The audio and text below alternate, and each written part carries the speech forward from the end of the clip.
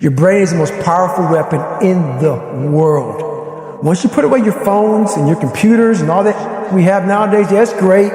We're up to date, but your brain is the only thing you have when you're going through depression, when you're going through hard times, when you're going through death, real life shit. You can't Google that, man. You're alone. You're alone. You may have a shrink you're going to, you may have a best friend you're going to, but there's 24 hours in the day where you're alone in this brain.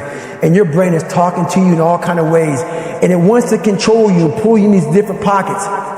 If you can't control your own brain and your brain controls you, you got to tell your brain where you want to go and how you want to go and how you want to get there.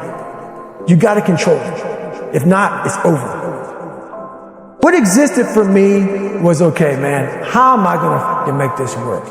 And all I knew back then was hard work. The only way anything gets accomplished. That's all I heard back in those days. You got to work hard. You got to work hard.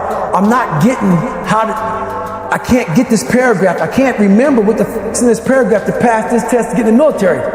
Read again. Still not getting it. Read again. But if you're not getting it, write it out. And that's how I started learning. Okay, well, I got to write out everything I do. And then write it out again. And write it out again. And guess what happened? I got it. I got it. I can't swim. I'm negative buoyant. Go back again. I can't swim. Go back again. Go back again. Go back again. I got it. I realized if I keep going back and going back and going back until this just becomes, your mind will say, okay, we're going to figure it out. Because he is not going to stop. It's not like I'm going to try one more time. No. It's just like alarm clock goes off, boop, we're going back. I can't read right, we're going back. I gave myself no way out, and my mind realized that. They said, okay, we're going to adapt and overcome now. Like a lot of people say, trying hard. Your mind knows, man. It knows this guy's bull. Man, this guy's lying. There's no truth behind it. When I was in Navy SEAL training, people go, how were you there for 18 months? The program was only 6 months long. You were in 3 hell weeks in 1 year. No one's ever done that. How did you do that?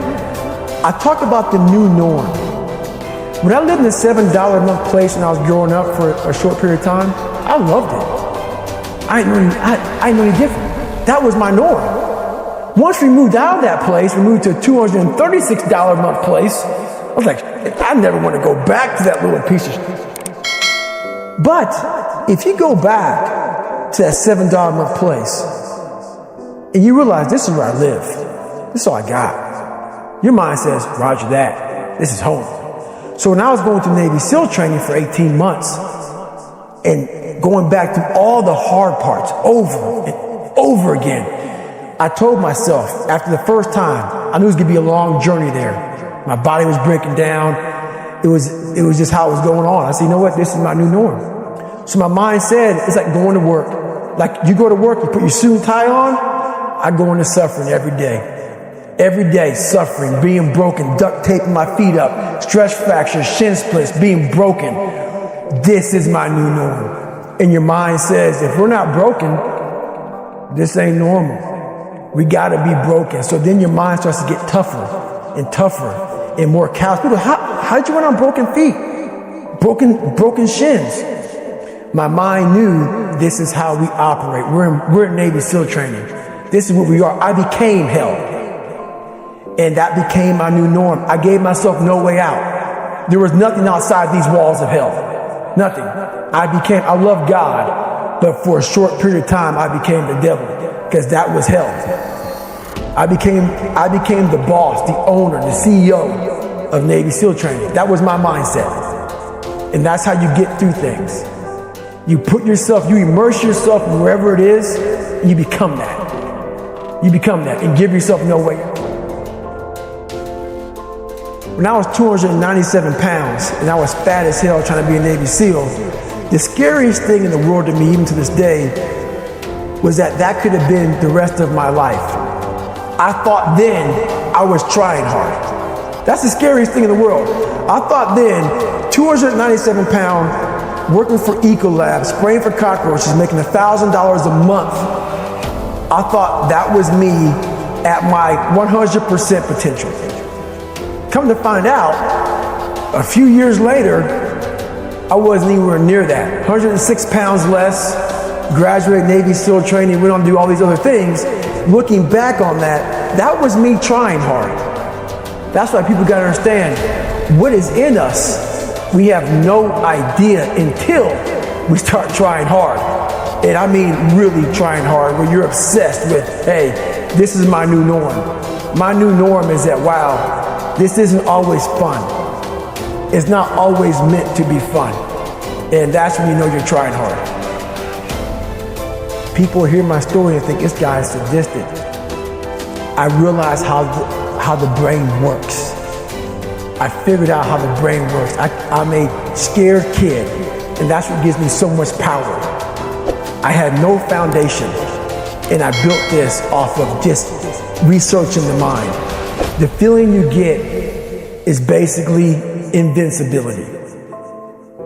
You realize that you can't do it all the time. When you need to do it, I know I can go to a place that I can live in. And when you know that you can run on broken legs, and you can do certain things that a lot of people can do, but they're not willing to do, this power, this sympathetic nervous system of fight or flight, and you're fighting, it gives you this charge of energy of when you're sitting there at 3:30, 4 o'clock in the morning, and you're duct taping your feet up because they're broken, and you're doing it by yourself, and you're going through arguably one of the hardest training in the world.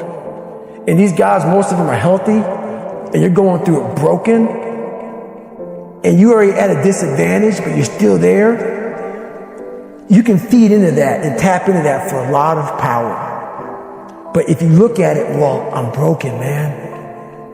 Like, I'm not gonna make it. But if you look at it as, man, I'm broken and I'm still here, and I'm fighting, and I'm gonna find a way to get through this, because I have no other place to go. It gives you a lot of power. When things start to suck really, really bad, my brain, and a lot of people's brain, they don't go to your dad beating you up. Your brain says, we gotta get out of here. This is miserable. So anger goes away a lot of times when you're suffering, because your brain just says, we gotta run, we gotta go. So that anger is not popping up saying, oh, I wanna show them, I wanna show those people. No, there has to be a much deeper. When I say deeper, it has to be down to mineral soil. It has to be down to that nice mineral soil where nothing can burn. You can't burn dirt. So it has to be down that low, that literally is something in you that's at the core of your soul. But you don't find it unless you spend a lot of time with what you want to be in life.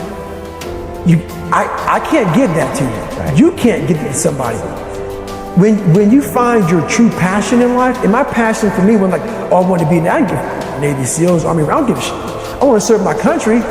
I want to be someone that I'm proud of. I want to look at myself in the mirror because I was so disappointed. That accountability mirror I talk about, I was so disappointed in what I saw every day. I wanted everybody to love David Goggins. And a lot of people did. I didn't love myself. But I knew a lot of us want to find peace first. So people say, man, you always talk about this suffering and pain. I'm at peace right now because I went through that. You don't find peace first.